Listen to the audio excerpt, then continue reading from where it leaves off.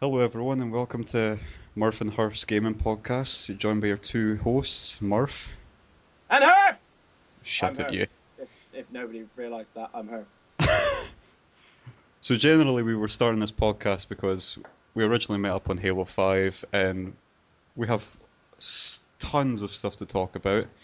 And the first podcast we're going to do is the very first decent Xbox game, which is Halo Combat Evolved.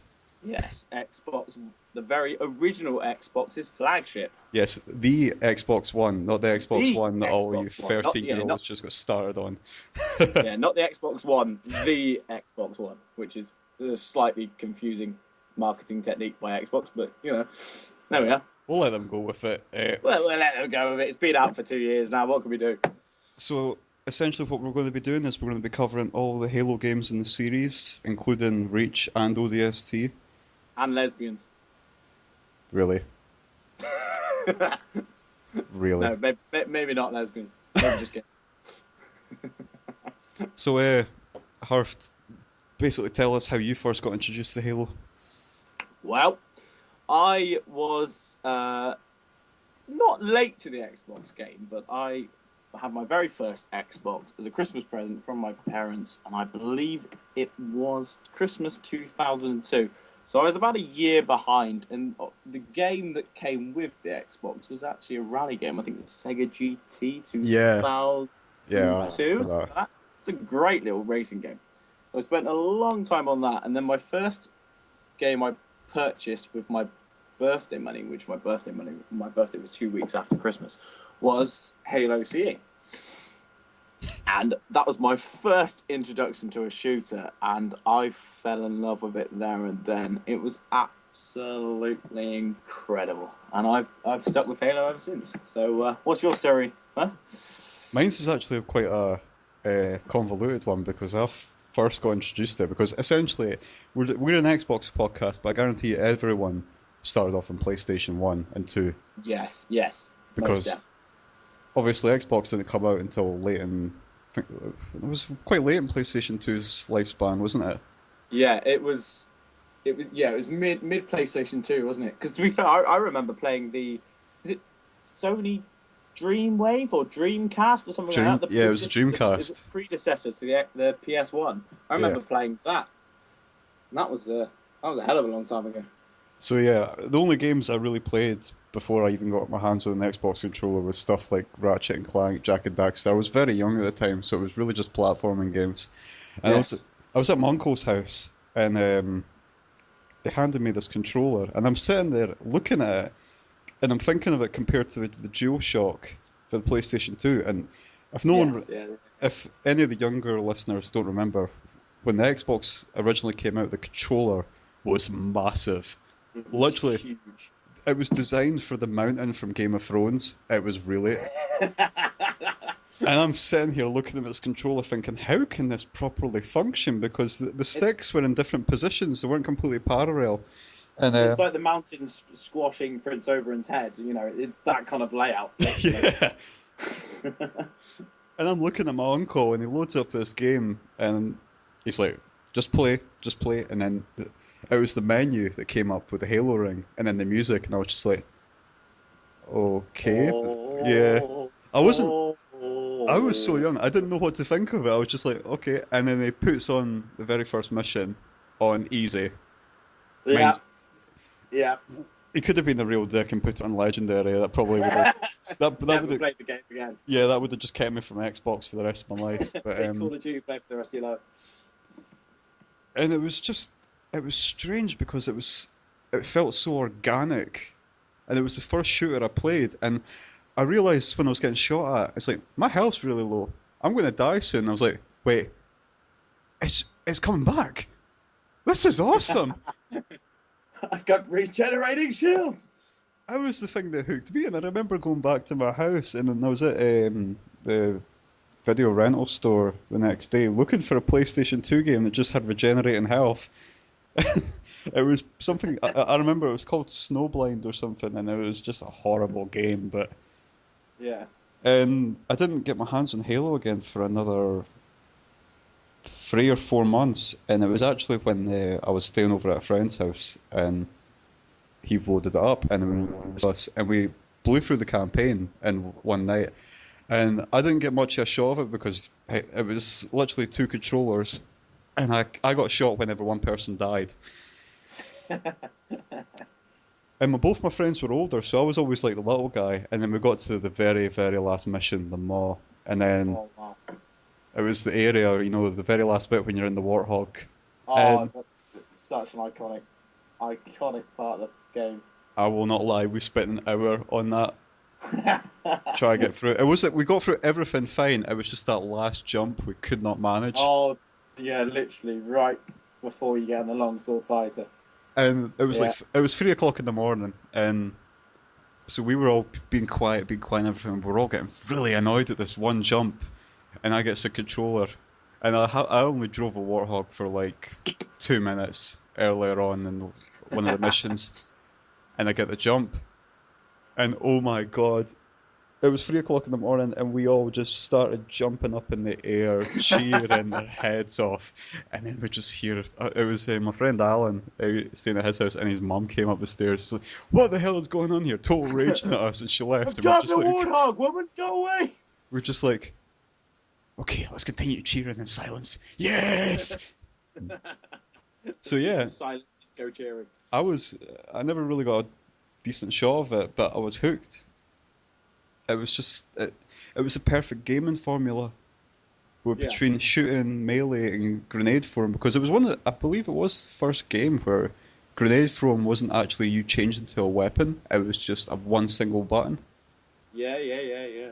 Yeah, no, that Halo C was definitely my kind of hook to Xbox because that was the first interaction I'd ever had with sci-fi. Not visual, obviously, with films and television and so on. Yeah, Because I was a massive Star Wars kid, like huge Star Wars kid. You know, I flick out green lightsaber and all that, and I used to hit people with it constantly and piss them off, to mother's complete annoyance. But yeah, that was obviously when you're playing a game, you're interacting. That was my first interaction with the sci-fi universe. I used to play PC games when I was, before that, but that was all kind of like castle sims and also, like Stronghold and stuff. I used to love things like that, Rome Total War, all that yeah, stuff. I used to love it. But this is my first proper Xbox game, other than Sega GT, but that came with the console. And yeah. because I knew I bought it with my birthday money and so on and so forth, I must have within the first 2 or 3 months. I must have played that campaign 10 times at least in the first couple of months of having it.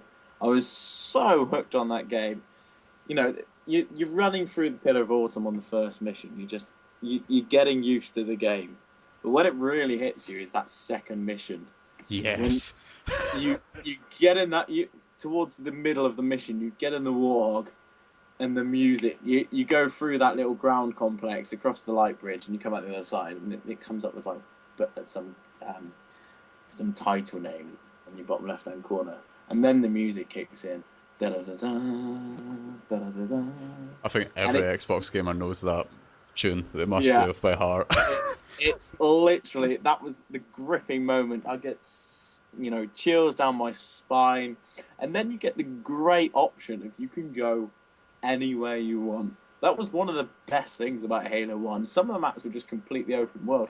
And that mission called Halo, obviously, was not linear at all. Obviously, the story was linear because you're gathering your Marines, but you could go wherever you wanted, whenever you wanted. Yeah. It didn't matter which order you did. You picked up the Marines in, which I thought was fantastic, and that hooked me completely. And it's such a testament to Xbox. I mean, PS4's got a huge market share with over the Xbox One, but the fact that Halo's still around is a testament to Xbox. So that's my I've been hooked on Halo ever since Halo 1. Yeah, I think that was the thing that I noticed when I went back and I played that. I rented out that Project Snowblind. Was that shooters before that were very corridor. It was always the same sort of. You were going through a hallway. You shot. It wasn't a hallway, but it was essentially designed like a hallway. And then you get Halo, it's just it was massive. It was Yeah, absolutely, the and it was, scale yeah, it was was incredible. incredible. Mm. Uh, And I think the thing was that I didn't get the Xbox until literally just before Halo 2 came out Yeah. because apart from Halo, I was still swivering whether I actually, make that grave ask to my dad's like, can you get me an Xbox, please? The sure pleading to your parents to Yeah. get you that first Xbox. So I we mean, just got your come on. PlayStation 2. It's like, I know, but look at this. I know. Look at this big box that's got an X on it. It's Well, the so console big. was huge, wasn't it? It Oh, was it was a massive. brick. It was. It was it. I think it was bigger than the Xbox One is, isn't it? It was definitely, Huge. area-wise, it was bigger. Yeah. It was. It's definitely taller. It's a sizable thing, and that great big green X on the top of it.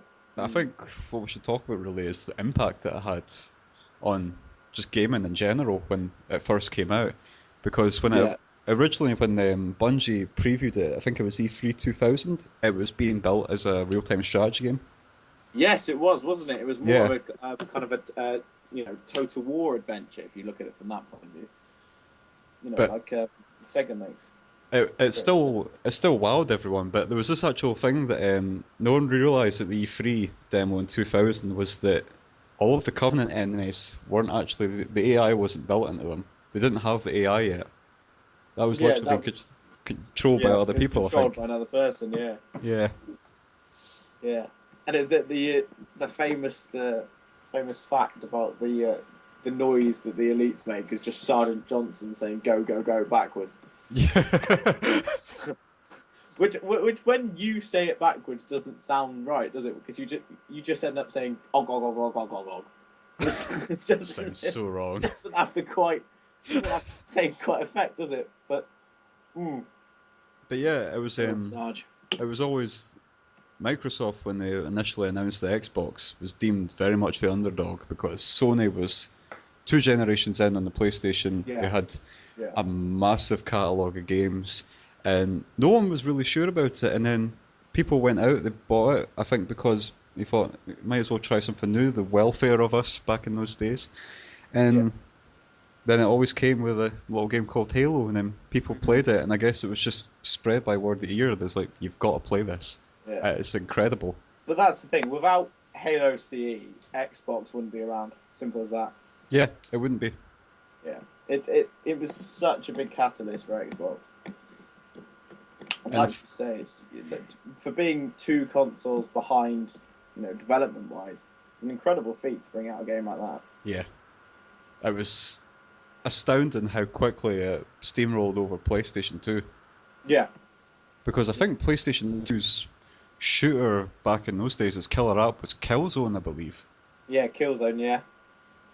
Yeah, that But was the kind of PlayStation equivalent, wasn't it? yeah, which don't get me wrong, it was a good game, but it wasn't Halo.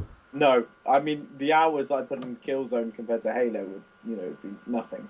Yeah, I mean, and I did enjoy Killzone, but you know, I was playing Halo. Simple as that. yeah, and I think the fact that it probably was the first. I could be wrong. It was the first co-op shooter, and it was the fact that you could have two people playing through the story, and it made oh, the amount of Yeah. times I've played that campaign back You in look those around and days. you've got another chief stood beside you, and you just feel invincible because there's Yeah, two Master Chiefs. You're just running around like we're invincible. and then Even a hunter won't kill us. Oh at wait. each cutscene, us younger ones were total arguing. It's like, no, that's me, that's me. What do you mean, younger ones? I still do that now. Oh, we don't have that now. I think it's a No, Halo we don't. Not 5, in Halo but 5. that's another subject we'll approach. Tr- Another time. yeah, trust me, everyone, we have a massive amount to about Halo 5, Oh good god. and bad. Yep. Yep. Don't mention the spawns. I completely agree with you, though, it was about the sci-fi aspect of it, because that's what hooked me, because, like I've said before, I'm a massive Aliens fan. I've watched the movie so many times, it's unbelievable, and then it looked, even the ships were similar. The pillar at Yeah, the bottom was the exact same as the Sulaco. Well, not the exact same, but typically design-wise. yeah. The Pillar of Autumn in CE, it's a big brick, isn't it? Really, it's a big brick with a little cannon on the front, Yeah, and which is then you've got the dropships, the yeah, Pelicans. it's an incredible design. It's so simple yet so iconic. It really is. And then obviously you've got Sergeant Johnson, who, You're just making me nostalgic now. I love that man. yeah, but I j- no one seems to realise that his archetype as a character was based off of Sergeant Apone from Aliens. yeah, I did not know that. I did not know that. I did It, not know that. it is exactly the same. Not completely, but he's still that shit-talking guy that's basically... Yeah, they didn't use the same voice actor, did they? No, of course he didn't. No. Yeah, I'm sure Microsoft would have sued him on it. No, my favourite. He does that speech on the Pillar of Autumn, doesn't he? In the game intro, he does that Oh, massive yeah. speech about Covenant blood and all stuff like that. But the first thing that really sticks in my head with Sergeant Johnson is it the Truth and Reconciliation? They're getting out the dropship, and he literally just shouts at us, "The car ain't paying us by the hour. Move, move, move!" Oh, and that line has Uh, been that used that so many line times. incredible. I mean, I swear that's in the military handbook now these days. So every sergeant's just shouting, "The car ain't paying us by the hour." Going off topic, the one line dialogue from him that's always like, made me laugh was on Halo 2 when you're about to go over the bridge in the Scorpion tank, and he's like, "The chief is gonna roll over this bridge and blow any Any dumb, unhuman son of a bitch son of a bitch. dumb enough to get between him and the prophet of regret. So pull Yeah, yourself together, because you're going because with you'll him." go with him. I tell you what, that was a very clever thing about Halo 2, just to talk about that briefly, is that cutscene, there's 4 different versions depending on whether you're playing easy, normal, heroic, or legendary. There's Yeah. 4 different quotes to that, and all of them are absolutely hilarious. And it's just Sarge chewing on his cigar afterwards, which, I think I'm in love with that man. So before we get on off on any other topic, when we're on Sergeant Johnson, let's discuss how the hell he got off that ring. Well, I've have you seen there's quite a few clips about it. I've never actually done it myself, and I'm planning to go back and do it on the Master Chief Collection. If you go onto the mission, the Mall, and then drive to that position where is it Echo 419 is supposed to pick you up, and then yeah, it's being followed by 2 Banshees. If you actually drive your Warthog on top of Echo 419, it will take you to a little survival mission where I believe Sergeant Johnson is there. I'm not 100% certain. And you get on another short sword fighter with Sergeant Johnson. I think the kind of story is that if you don't do that, Sergeant Johnson takes that other longsword or short sword fighter. I can never remember which way they are. But I think he flies that off. And I'm not 100% sure on this, but there is that little bonus mission that I've never actually played before. I'm gonna have to go back and play. see, all I know is from when me and my friend Alan did the sweatiest game fest we ever have and finished it on Legendary. Yeah. Oh, that was a crowning achievement in my life. Yeah. And then you Best see Halo Johnson you see Johnson Yes. next to an elite, and they're You just see him. like, "This Yeah. is it, baby, hold me," and they start hugging. And then the Pillow of Autumn self-destructs, doesn't it? I don't think Bungie actually knew how much people would love Johnson as a character. Yeah. Because he just comes back in the second one in a pure white suit, just looking like a complete badass. I think I remember when you're just after you get the Chief's new armor fed in Halo 2, the quartermaster asked Johnson how the hell he got off that ring, and he says, "Sorry, guns, it's classified." Yeah, I think you're right. He's got so many good little quips. It's just a brilliant character. He's a fantastic character. Screw Master Chief, he's not the most iconic character ever. It's Sergeant Johnson. Well, since we're on the subject of characters, we have to talk about the man in the green armor. Yeah, the main man. The main man. John 117. Sounds like a Bible entry, doesn't it? It does actually. I'm going to look that up. It probably is a Bible entry. But what did you think of him back then? Well, but As a, then, Halo is trying to introduce you to, futuristic warfare. Not necessarily far-fetched, but futuristic. You never know. Hopefully, there's not all these Forerunner artifacts around, but there's probably going to be some alien races that, because we're humans and Donald Trump may be president, we're probably going to piss off at some point. So we're not meant to go political on this podcast, man. Well, I went there. And for any Republican Americans that love Donald Trump, I sincerely apologise. Yeah, we pay you. Yeah, you need to rearrange your life, but yeah, but we probably are gonna get in a fight with some alien race at some point. It's probably gonna happen. The idea that there is these kind of breed of humans, these extra strong, extra tall, extra muscular humans in badass costumes that just shred through all these aliens that make a generic soldier look like a babysitter. It's awe-inspiring. It's absolutely incredible. You're running through the Pillar of Autumn on the first mission, watching your Marines get shot to death right and left, especially if you're playing fucking Legendary. Oh yeah. And well, on that note, you die a few times yourself. But besides the point, you're running through, and everything else is getting absolutely obliterated by you, and that sense of invincibility. That sense of, my shields are coming back, I'm fine. Oh, I'll just pick up this this health pack off the wall, full health again. Brilliant. That kind of ability to be so immensely powerful is what drew me to him. And, so many online kind of gaming charts and stuff like that say that Master Chief is the most iconic gaming hero of all time. And I would put him up there. I would certainly put him up there. He's definitely my most iconic. Halo is my game, and he is my hero. My game hero. The thing is, when you see that helmet, you instantly think of Xbox. He is the face of Xbox. Yeah, exactly. And you look at, Halo 5, you look at Master Chief's helmet there, and it's still close enough to make you feel the same way. Yeah.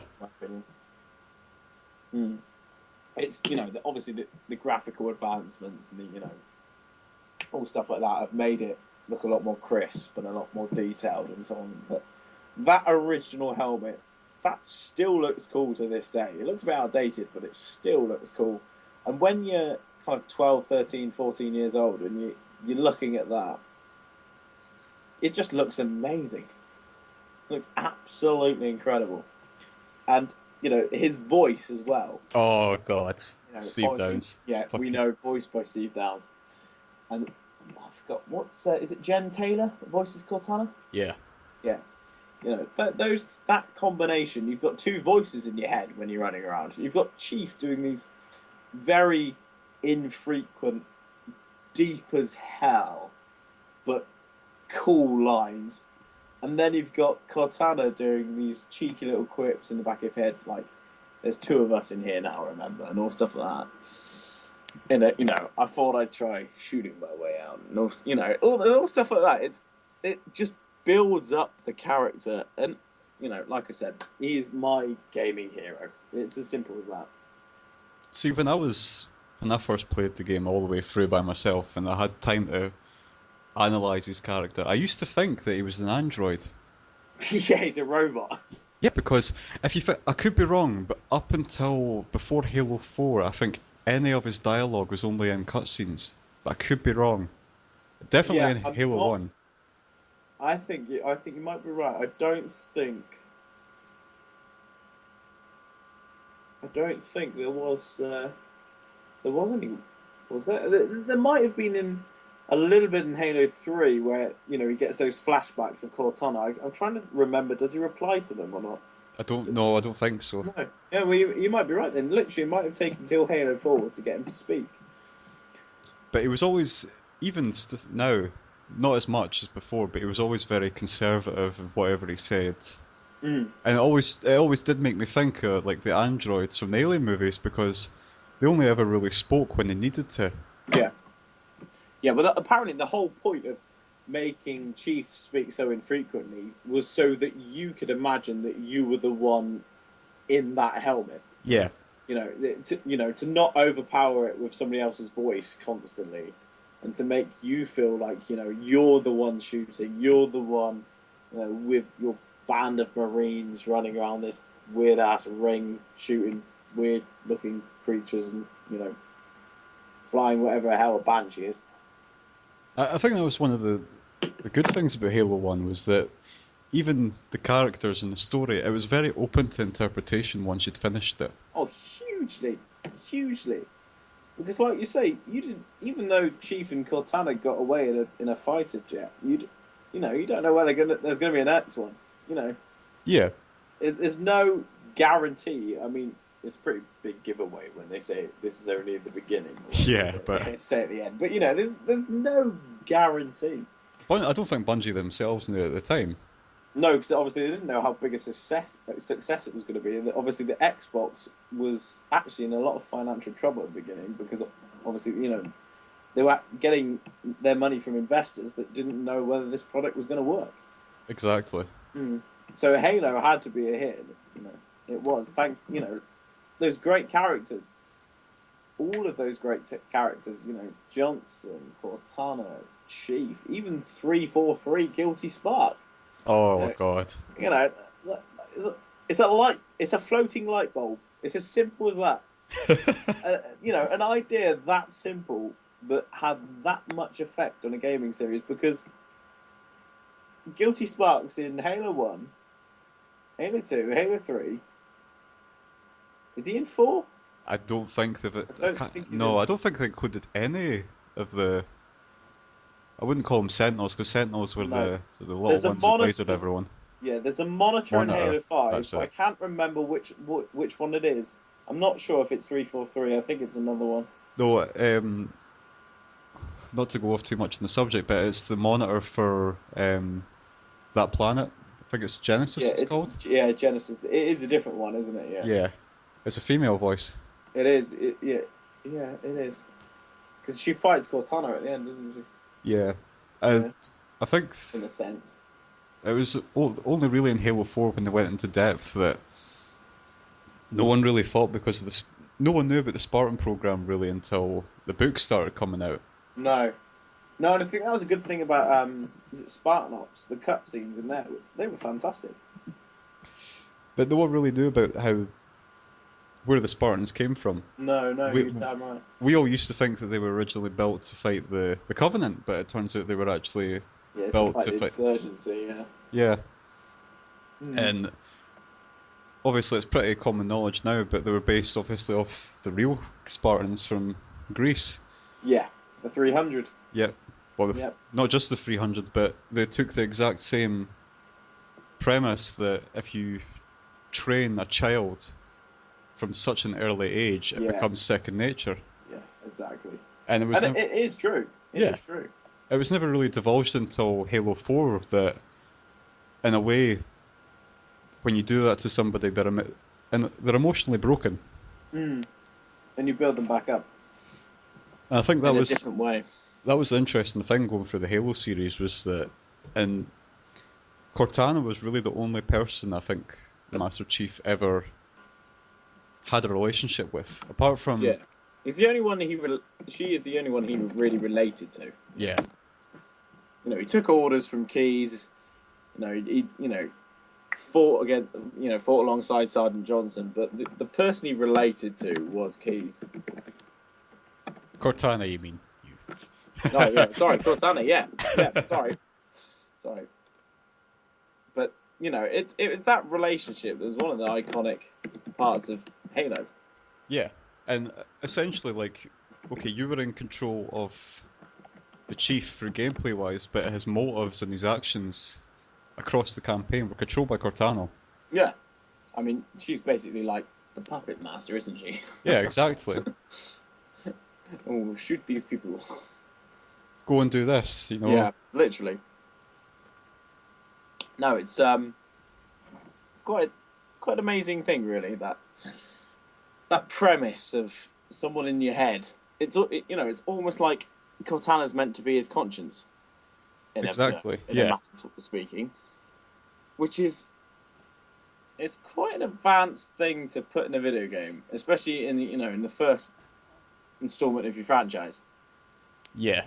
Yeah, And I think the other way as well is that even okay, Chief's emotionally broken, but his motives are being controlled by an artificial intelligence who mm, we're not sure yet on. I've not read much of the novels, but we're not sure on how AIs in the Halo universe handle emotion, if they feel it, or that's probably a mm, way too deep a subject to go into because yeah. I that's think just very quickly. I think the development of what Cortana shows in Halo 4 and Halo 5 suggests there is some emotion there. yeah, But you don't know how deep that is. I think that's one thing that unless you do read the comic books as well, that you well, the books, not necessarily the comic books, that you will find out there. so while we're on the subject then, your thoughts on Cortana in general as a character without the chief. Ah, So, well, what a woman, what a woman! Have you seen those curves? Incredible. Woman of my dreams, that is. but No, but she's a fantastic character. Like we said earlier, voiced by Jen Taylor, and to do that kind of much sentiment in a character without actually, through voice acting in general is incredible. I mean, it's a fantastic art to be able to portray that emotion, or we think emotion yeah, through literally half the time not even seeing a body. Most voice actors are voicing a character that you see all the time.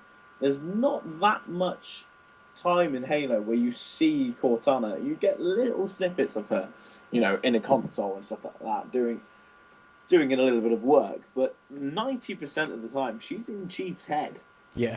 just talking. I mean, you don't really see much of Chief speaking either, but it's an incredible design. I mean, what do you think of her, Murphy? I think it's a hell of a character. Oh God, going on the subject of Cortana, I'd have to think in the direction that 343 is taking it right now. But on on Halo 1, um, it was she's a brilliant plot device. Yeah, I don't really want to talk about where they're going with Cortana. It's breaking my heart. I know exactly where She's they're going. she's the bad guy. She's the bad guy. We'll discuss it on the podcast later on what we do for Halo 5. But just as a writer myself, I would be very cruel in what I would be doing on Halo 6. No, no, I don't. No, Yes, I love yes. Cortana. Just to clarify for the podcast, Hirth is single right now and he's just had Hey, keyhole hey, surgery on his knees. hey. So he's suffering from a bit of transhumanism where he's starting to fall in love with female artificial intelligences. Don't bit push of, bit that. of Deus Ex going on us. I've got a dangerous online condition. Sad fuck. Oh, I'm the joking. jabs are coming out now. So on really the last character I think for Halo would be 343 Guilty Spark because they're really the only characters in the game apart from Keys who was I'm sorry, Keys was a bit bland for my taste. Yeah, but I think they tried to make that kind of generic leadership figure. Yeah. They didn't want to develop him too much. He played his part, and he played it well. But he was there. He was a plot filler kind of thing. Yeah. For some reason, I don't know if maybe because I was younger when I first experienced the story, but you still felt bad when he died. Oh yeah, but it wasn't so much fun that in that cutscene you get to punch him in the face. And his face just falls apart. It's just some dirty flood spore, and it just falls apart. It's brilliant. Probably what every enlisted soldier wants to do to their superior officer.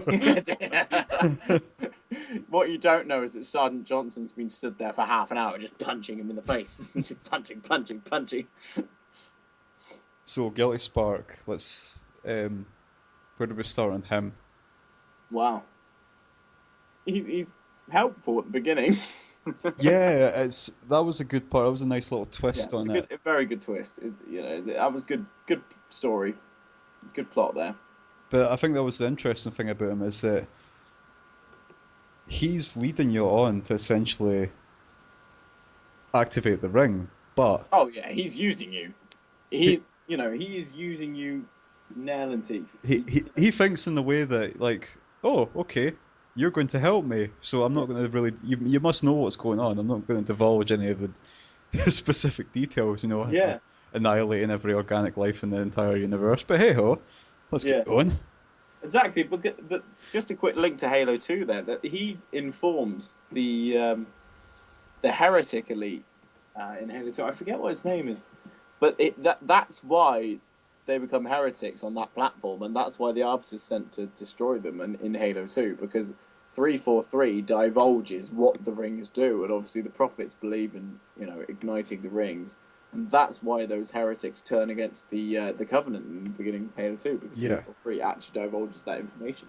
But like you say, in Halo 1, until Cortana, I forget which mission she pops up in and tells them.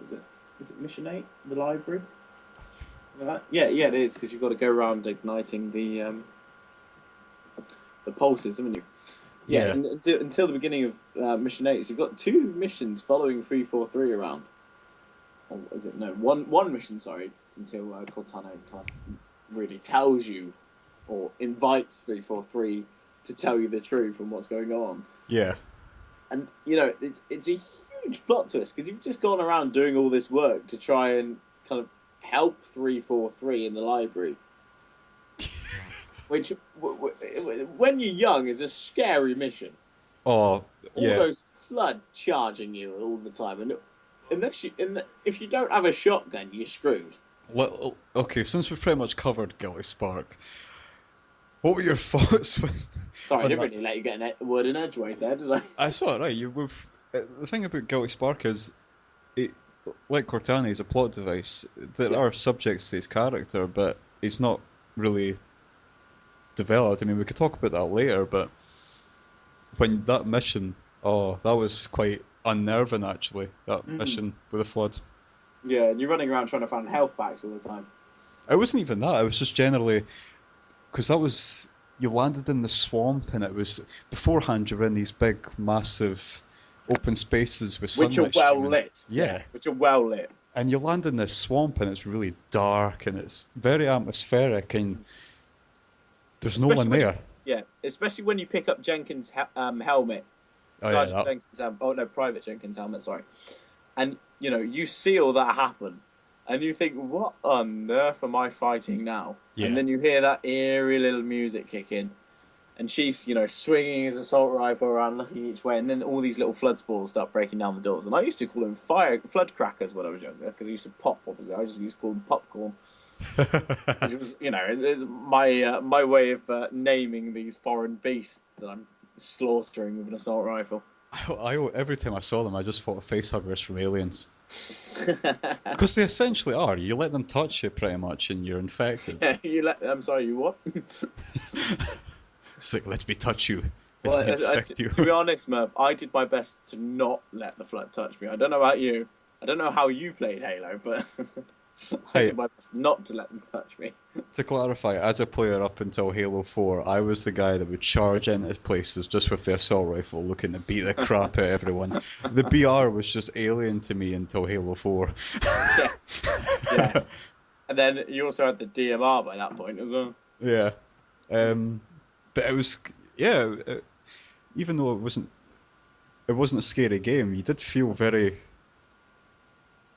Yeah, to be up fair, against the wall with the that flood. mission introducing you to 343 and the flood, and that was my first ever experience, interacting with a horror scene, because, like I said, that was my first sort of real gaming experience. I watched sci-fi when I was younger, like I said, Star Wars and so on, but that's not horror. God, no, that's No, like the exactly. lightest thing you could get. Exactly. Other than Darth Vader saying, "Luke, I am your father," and that was a terrible impression, but you get the gist. other than that, that was the scariest thing I'd seen before that, and dinosaurs in my nightmares. Oh my God, you had such a light-hearted childhood, didn't you? I was a protected child. Yeah, My parents loved me. as you'll find out through this podcast, I just love going on about the Alien movies, but that's because my dad sat me down when I was like 7 and put the second movie on, and I watched it in its entirety, and oh my God, the nightmares afterwards. But The nightmares hooked him. yeah, He didn't enjoy the film. He just enjoyed being scared. just imagine that you're 7 years old, you're lying in your bed, and you have this dream that you're stuck in the sewer surrounded by aliens. Is that a sex thing? Well, come on, we'll not go on about that, but H.R. Giger designed the alien to be a very horrifying creature in a sexual way. Happy days. But yeah, the Flood was an interesting change in the whole gameplay because it wasn't like you were fighting soldiers, you were just fighting really just things that Yeah, charged towards you. brutes. Yeah, Yeah. yeah. It's it's kind of a funny correlation there. I think I've actually just come across then. The brute charge. Did they base that off the Flood in Halo One? Just that insane ability just to charge you and just hit you, not shoot you. I mean, obviously the Flood did use weapons on a lot of points, but literally they just ran at you. Yeah. It's not an army; it's a mindless beast. And you always got that one, in the middle of a firefight, you always got that one Flood that just did that magical leap over everyone to jump right in Yeah, front that of you. huge jump. That huge jump. Like when you're is it assault on the control? No, what's the one afterwards? What's mission 8 called? You're back in the snow. I can't remember, but it's the one where you're doing the pulse cannons, setting them off with your shield, and there's a scene before you do the last one, before you get the Banshee, and there's that massive fight scene. You're on one side, you've got a shed load of Flood in the middle, and then you've got the Covenant on the other side. And if you just stand back, you can just watch the Flood absolutely shred through the Covenant. And it's a completely different enemy, and Oh it's one of yeah. the things that made Halo, that diversity.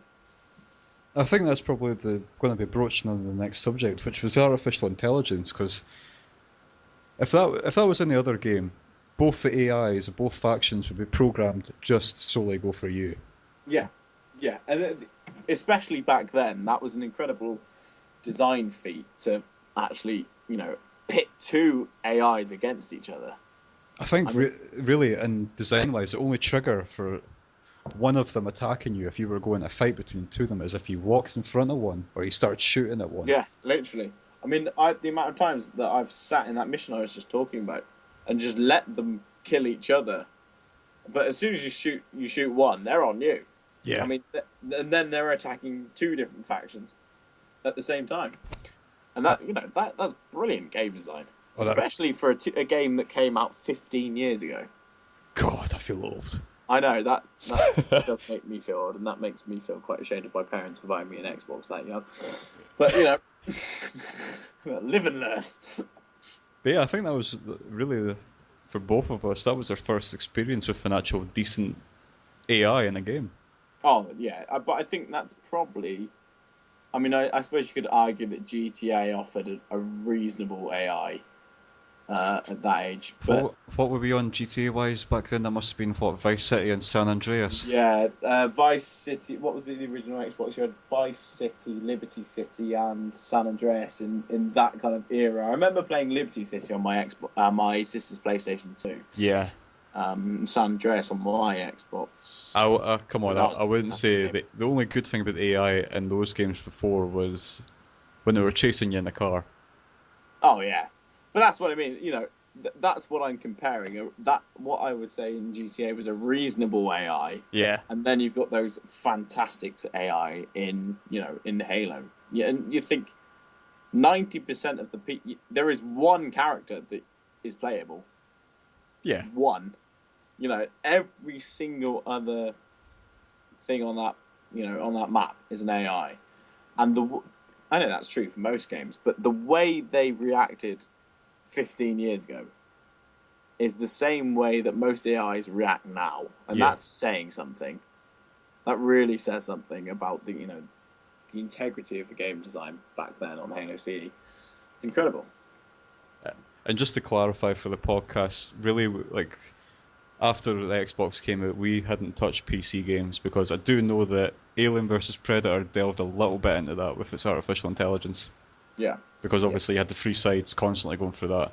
But back then, yeah, you're right. It was the AI for console gaming for a shooter. PC is a different story altogether. It's a different animal. I mean, you look at how powerful PCs are. Xbox and PlayStation quite often struggle to hit 60 frames a second, whereas I know a lot of friends that they've built their gaming computers to run up to 140 FPS and all stuff like that. So it's a completely different animal. Graphics, power, all stuff like that. But like you say, console gaming, Halo C was it. It's almost the birth of a great AI. There were good AIs and decent AIs before that, but that was the birth of a great AI. Yeah, and it was the very first step in shooters taking over gaming entirely. Yeah, exactly. It's almost the first-person shooter. I know a lot of people would argue that GoldenEye was before that, but you look at the difference. There wasn't a huge difference between the time period that they came out between. Yeah. I think, was it GoldenEye was 97? I think the game was 97. Ooh, it must have been. 97, It's I would have around been then. like 5 then, so I wouldn't have a clue. Yeah, I'm gonna quickly Google that. But it's just another testament to Halo. It's absolutely incredible how they managed to build a first person shooter like that. Yeah. And launch it like that. Yeah, GoldenEye was 1997. Oh, So there I was never 4 touched years GoldenEye. difference. Actually. No, I played it with my friends. I never had it myself. But it was a good game. That period, it was a great game. So, the Halo AI, it's a huge testament. It's an absolutely huge testament. I think the best part ever of Halo artificial intelligence throughout all the games is the suicide grunts. Oh my god, they're fantastic, absolutely fantastic. You just see 2 blue balls running at you, which is not a phrase I say very often. Thankfully. I hear that a lot. I live in Scotland. It's always cold here. Is that what your wife says to you? Shut your mouth. I'll teabag you next time we're on Halo Coming to 5. bed, baby. I've got blue balls. Is that what you say after bed? I'm not sure. You wouldn't Anyway. know. You've not had it in a while, have you? Ha ha ha. I'm trying. Right. Anyway, back to Halo. Let's move on to the actual gameplay itself, because we've talked about AI, we've talked about characters, we've talked about music. Yeah. We'll talk about music a little bit more later, but let's go into gameplay. Oh, wow. It's where it started, really, actually. Yeah, it's a huge topic, but we'll try to cover it briefly. I will say for the very beginning that, and I have argued this ever since I used the Xbox controller layout in general, is it's tailor-built for shooters. Yeah. It was so weird actually having a trigger that you could pull and you shot something. It wasn't like PlayStation where it was R2 or R1 and it felt really awkward. Yeah. Yeah, the Xbox's decision to go for a trigger and not a button there was, that's another big winner. Yeah. I think that's one of the reasons why the Xbox 360 did so well against the PS3.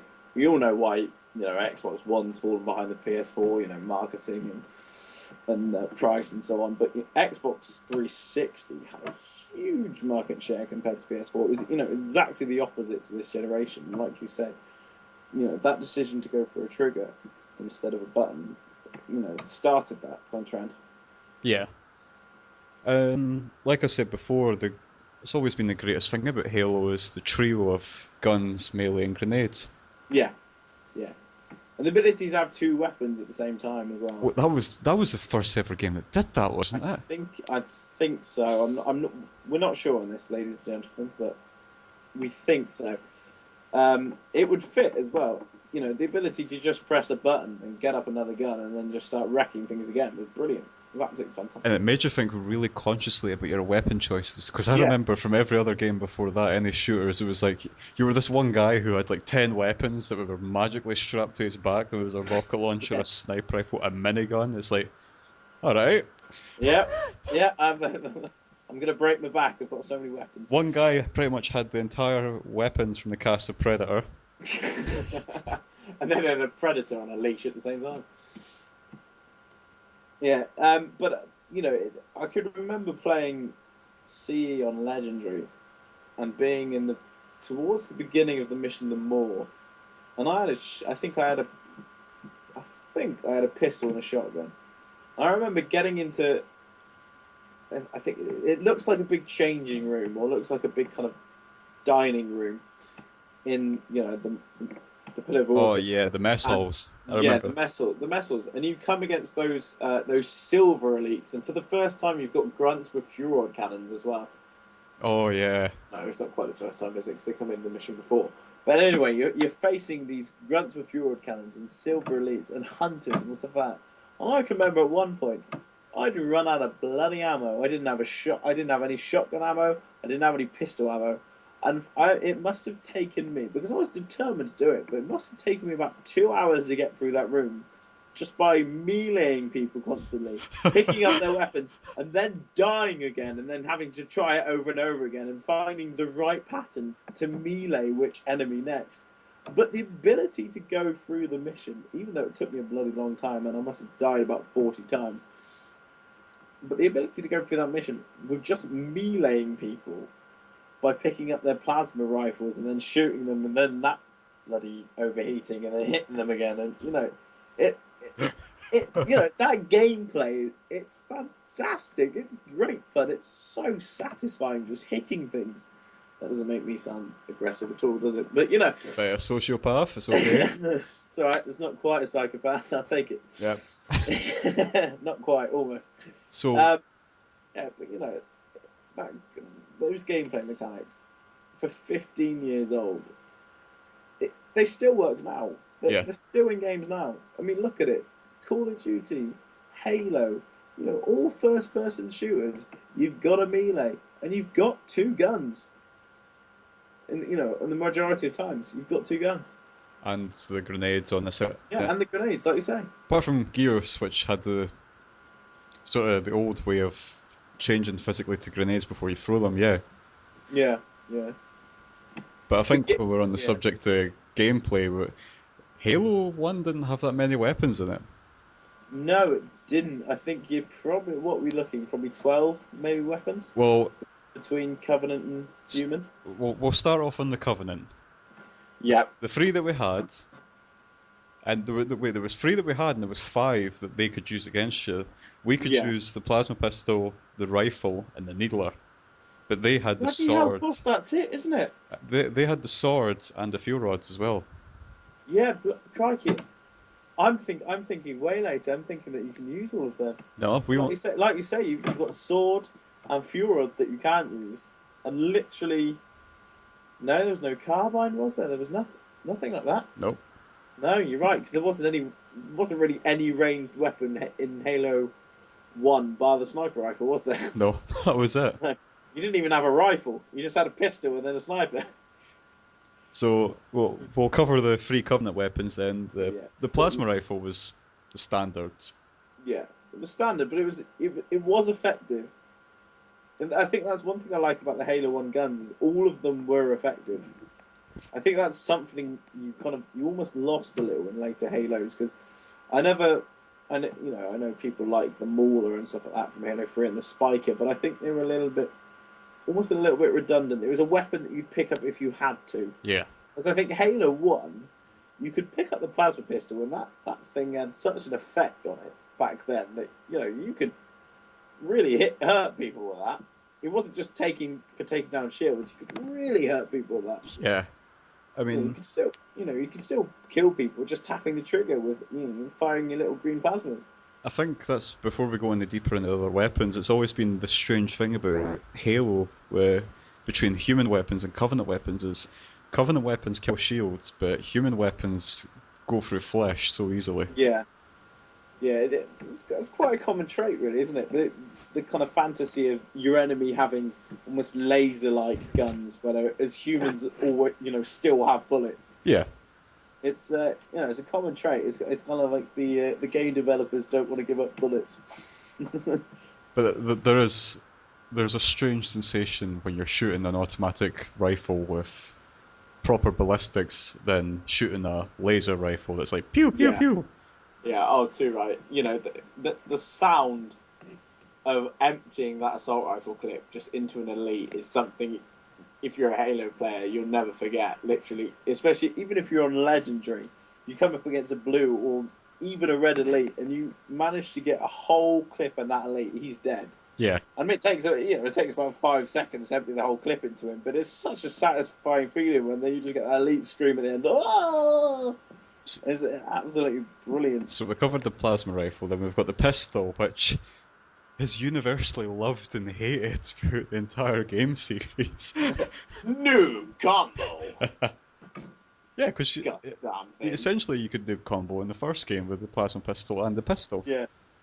Yeah, but that's what I mean about the plasma pistol in Halo 1. You could new combo with just the plasma pistol. You could still finish them off with those those little plasma bolts Yeah, afterwards. or you just smack them. Whereas now it's impossible.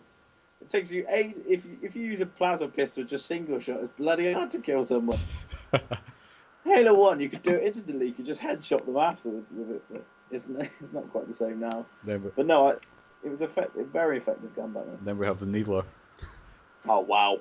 Oh, That was that's still a fun gun, even though it's never been as powerful as it was back then. no. The definition of overpower. It's absolutely incredible. I mean, I wish you could dual wield Halo 1 needlers.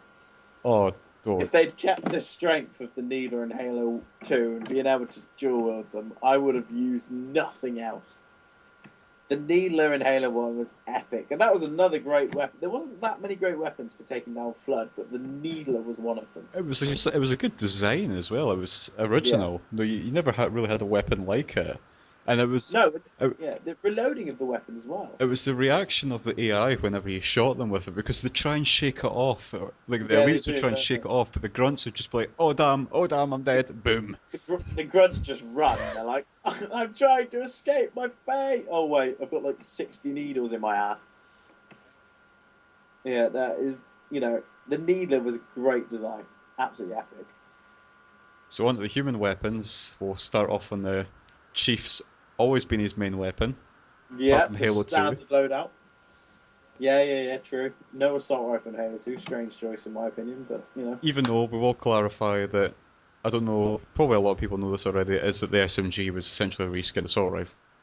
yeah, I still feel like there was a little buff in power, but Yeah. I think it was a little bit weaker, but it effectively was the assault rifle. And it was really just like a learning gun, Yeah, I think. yeah. And I think Halo 2 almost felt like it had to do that to introduce the battle rifle. Yeah. It had to replace your main weapon with another one. It was a fun weapon to use. And Oh yeah. the one thing I will say about Halo 1 compared to the rest of the games is that you always had a apart from your situation, you had a super abundance of ammunition. Yeah, oh yeah. You never seemed to Yeah. run out of anything. No, it was there was always a few dead Marines lying around the ground ready for you to pick up some ammunition. I mean, come on, it was you had 60 rounds in the clip and you had 600 in your Yeah, pocket. you had 10 mags. Yeah, Yeah. yeah. There was enough to kill a good few enemies with that You could thing. cause a lot of hurt with it. Oh yeah. Um, Oh yeah. Well, from our point of view, I just said point of view. I sincerely apologise if anyone's Jewish. That wasn't it's meant to be anti-Semitic. Um, but from my point of view, it was a lot of joy putting my load into an link. And yes, that was meant to be an innuendo. so, shall we cover the legend that is what's Oh, the sidearm? the sidearm. That's not a sidearm. That's the main arm. that is the Halo gun, That, the Magnum, the Magnum. oh, It is Halo. It's absolutely incredible, that weapon. I must confess that I only ever used it as a spare until my friend showed me him killing a hunter in one hit with it, and I was Oh yeah, jaw shooting the dropped. hunter in the back. Yeah. Oh, I hated hunters so badly until that, and I just enjoyed shooting them once with it. Oh yeah, just sneaking round behind them and just literally that one shot on normal difficulty But that with the Magnum, just right in the back, dead. Simple as that. It's so satisfying as well. that weapon is just unbelievable. Mm. I mean, if I remember rightly from playing split screen versus, it was three shots to kill a Spartan, Yes, it was. It was free shot. and it made the assault rifle so redundant. It did. When you were playing Spartan on Spartan, it was all about the pistol, unless somehow you'd managed to get so close range. I mean, if you look at the Master Chief Collection, if any of you have played online Halo CE, you know, using you don't use the assault rifle, you use the pistol. No one uses the assault rifle, and it's Halo One's almost it's a one hit melee as well, if I remember rightly, against another Spartan. But you know, you play online on the Master Chief Collection Halo CE. There's no one using any other weapon, bar a rocket launcher if you're on a map that has one. Yeah, There is no other weapon that kills that efficiently on Halo CE, and the and it's the amazing. range on it was ridiculous. That's why there was no ranged weapon in Halo One, because the pistol was probably more longer. It probably had a better range than the bloody sniper rifle. Oh yeah. It's ridiculous. It's absolutely incredible. It's a great gun. So where are we on human weapons? We've covered that. So we'll We've go. done the Magnum and the Assault We'll Rifle. go to my favourite. We'll go to the beautiful sniper rifle. Oh yes, Oh, yeah, and it's such an intriguing design as well. it's not changed really over the course of all the No, games, has it it? hasn't. Other than the screen on the back, it's a touch of refinement every game, but it's brilliant.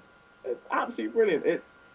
And I think that's why Halo 5 got a lot of stick for replacing the Spanker. And thank God they didn't replace the sniper rifle, because that Halo 1 sniper rifle was incredible. You've got those 4 shots, and you picture that screen on your television. You've got those 4 massive bullets up in your top right hand corner, Yeah. and you've just got that bullet count above it, and you're just thinking, while I've got bullets, I'm invincible with this thing. You can take down golden elites on legendary in 3 shots and stuff like that. It's absolutely brilliant.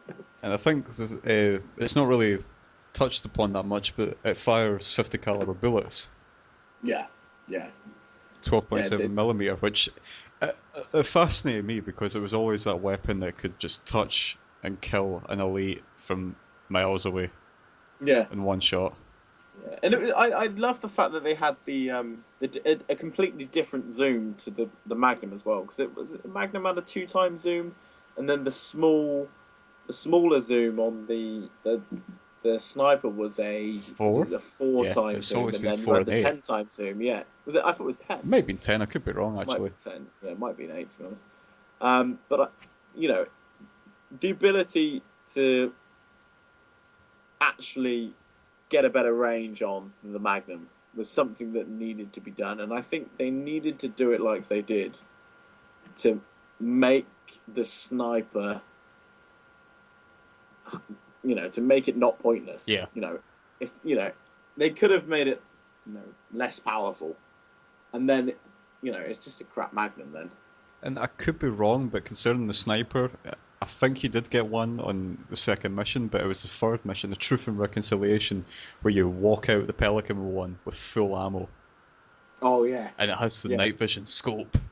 yeah. The night vision. That was a bit of that was genius. That was absolute genius, and that you get to wipe out that whole first platoon of Covenant. And that was the other great thing about the AI in that mission was that the Marines didn't move forward unless you did, or you started getting shot at. Yeah, They waited on you. yeah. Ordered by Cortana and Johnson, with a brilliant little bit of story there. Yeah. In a combat scenario as well, not just a cutscene. the little combat scenario, efficient and clever AI, good programming as well. Yeah, very good programming. And then, like you say, Murph, I know how good a sniper you are and how much you love that weapon. But just cleaning up that first kind of area, and especially if you can do it without being seen and not have a single survivor. Yeah. And I think if you manage to do that, I can't remember who says it. I'm not sure whether it's Sergeant Johnson or Marine, but someone has a cheeky quip at you, doesn't it? They say something like, "Oh, you doing all the work" or something like that. Yeah. Leave some for us, and all those kind of little quips. It's a brilliant little additive. I think as well it's been a strange thing for Halo. It's always been with me whenever I use a sniper in the campaign. I will never touch a grunt with it unless I have to. No, you don't want to use those precious 450 caliber bullets in your magazine, do you, against a grunt? No. You don't want to waste it, and that's where you whip out your pistol and you just headshot them all with one little magnum round. And if you haven't got a decent sidearm, then you're just hating life because you've got to pop them with their sniper.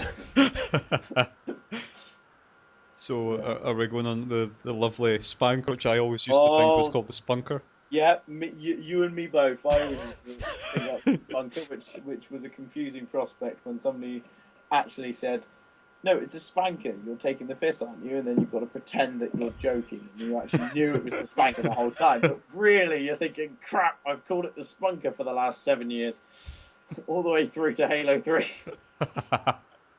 It was, it was a strange design actually for a rocket launcher, visually. Oh, yeah, and the ability to fire two rockets as well. That you've got two tubes that replace each other and fire two rockets. Yeah.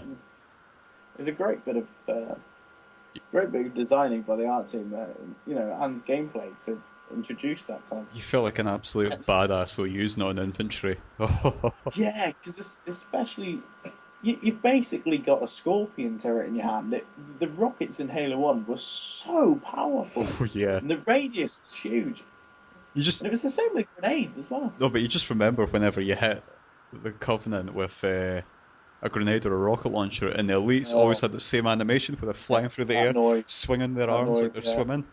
Oh yeah, it's like they're trying to do doggy paddle or something. They're just literally like flinging their arms around like they're trying to do breast like butterfly or whatever it is. It's, it's a great animation. That is absolutely, and that like I said earlier, that classic elite scream always sticks in my head. And it took a lot of skill to use it against vehicles because we didn't have the lock on back then.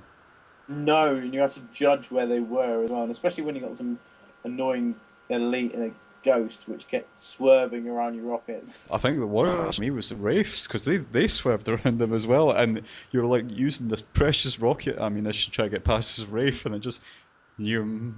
Yeah, the one good thing about the Wraiths, obviously back then, is they didn't have the plasma turret. They just had the main gun. Yeah. So obviously you couldn't be shot so easily if you got close range. Then you could literally just jump around the Wraith with your rocket and just miss his shots and then hit him. But like, I know what you mean. But the reason I hated the Ghosts more was because obviously they were smaller, and being as blind as I am, I used to miss them all the time. So that was my prejudice. Ghost versus Wraith. So what we got? Really, I think that's the main weapons covered. I think we just got the two grenades. So Yeah. Was it really only 4 human weapons? Oh no, we haven't talked about the shotgun. oh That's the yeah, or we haven't pardon talked me. about the yeah, but that being the last weapon, you've got to talk about the flood really. Uh, and like you said earlier, going through the library without a shotgun With suicide. was Yep. suicide. It's complete suicide. On anything below, even Yeah, normal. yeah, literally. If you're doing it on legendary without a shotgun, I congratulate you because I don't think I ever managed that once. It's been so Due long to since I played on Legendary. I think it was just the shotguns that we used. Yeah, and then you were lucky if you found a rocket launcher now and then.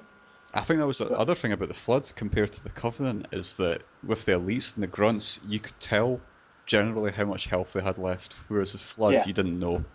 no, because you could shoot them several times and the bastards would get back up. Especially with the assault rifle, they ate Yeah, the combat forms ate the assault rifle was like, yeah, oh, yeah. nothing else. No, literally, it was. they were a hell of a foe unless you're on a shotgun. Mm. Well, should we talk about the range in the shotgun? Well, I'm sorry. What range? Oh my Yes, god, something that. that had a smart choke on it. Yeah, yeah. The good thing about Halo is that they've always made a shotgun. If you know what I mean. Yeah, It's never had ridiculous range. I mean, there's some shotguns in Call of Duty and so on that you can hit from 10 yards away. and we've If you try and shoot something 10 yards away in Halo with a shotgun, you're an idiot. yeah, You've just given away your position and wasted a round. You know, and thankfully it's we've never completely had pointless. they've never had the jump to an automatic shotgun, which I don't think No, they ever will. no.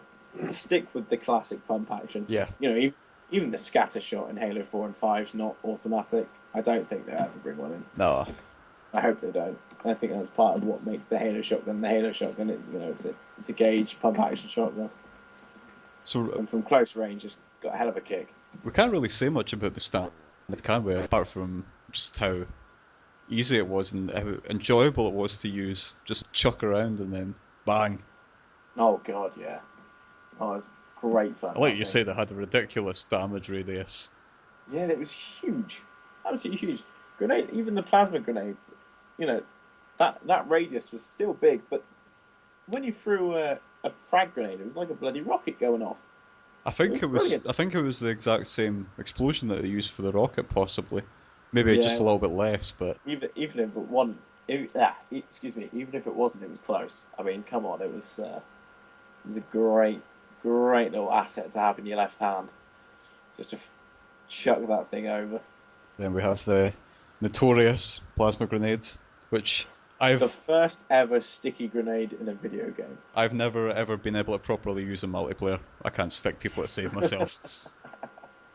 Well, I've been trying it more and more lately. It's something people used to do more in Halo 3, wasn't it? And it kind of didn't become so Necessary. prominent in Halo 4. Yeah, or Uh, five, especially five. I think five is my yeah, worst one for I'm plasma trying grenades. to get back to sticking people again. I've got a good stick on my YouTube channel, but you know, it's a challenge. But sticking people in Halo 1, especially like a grunt or an elite, and just watching them run away screaming because they know their impending fate, that they're just going to be blown to shreds and a load of purple blood's going to ooze out of them.